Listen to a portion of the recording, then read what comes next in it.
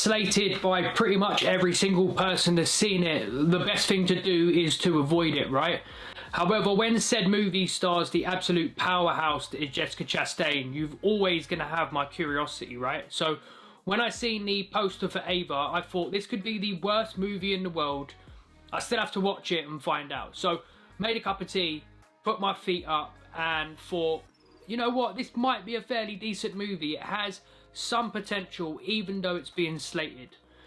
About 5-10 minutes into the movie, I realised I was seriously wrong.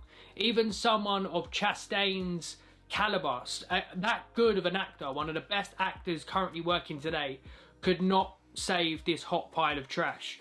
The movie, I really don't understand how they got someone of Chastain's calibre to sign up to be in this movie. Probably my only guess is the producer credit and a suitcase full of cash, because it definitely weren't the script that got her enticed. In the movie, Chastain stars as the title character Ava. Ava is an assassin and after a botched job decides to go and reconcile with family members who she hasn't seen in about 8 years. Behind her back, however, the company she works for are tired of her asking, why do the people she's killing deserve to be killed? Why is she asking them before she kills them, what have they done? Yes, I know. It sounds fucking awful, right? It was. It is an awful movie. Don't get me wrong, Chastain puts on a very good performance. In fact, the whole cast put on very good performances considering the absolute pile of shit that would have been laid in front of them on the script. The story, script and directing are absolutely atrocious. I don't really know why they had to try and make this movie so fucking complicated.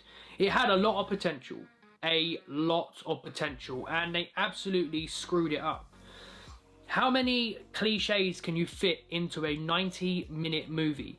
And the subplots just completely took away from the main plot and really and truly were just didn't need to be there at all. If this movie would have just stuck to a certain idea or even kept to one genre, it had so much potential to be a really good movie. It was only 90 minutes long, but it felt so stuffed and clunky. There was so many parts of this movie that could have been left on the cutting room floor. The score, I didn't enjoy it at all. I thought it was very repetitive. Very much like the rest of the movie. It just weren't good in the slightest. Even the name of the movie, it's like they just gave up at the end of it and was like, what's the name of the main character again? Ava. Yeah, fuck it, that's the name of the movie. It's called Ava. And to be honest, the movie was pretty much doomed from the get-go. They had to kick off the original director, the man who wrote the movie, because they found out in his spare time he likes to hit women. But rather than just bin the movie and go and work on something which deserved to be made, they kicked him off the director's chair, brought in Tate, gave him a big fat check for writing the movie, and made it look like they actually give a shit. Hollywood, hey? Look, if I could turn a movie off halfway through, this would have been one of them movies that I definitely would have turned off. Don't get me wrong, I had an enjoyable moment when Jessica Chastain was in a red dress at a party, kicking the living shit out of everyone in sight.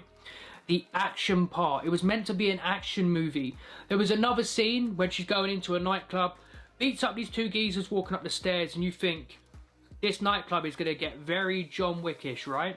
It just didn't. It turned into another drama scene and was just a letdown. A letdown of a movie.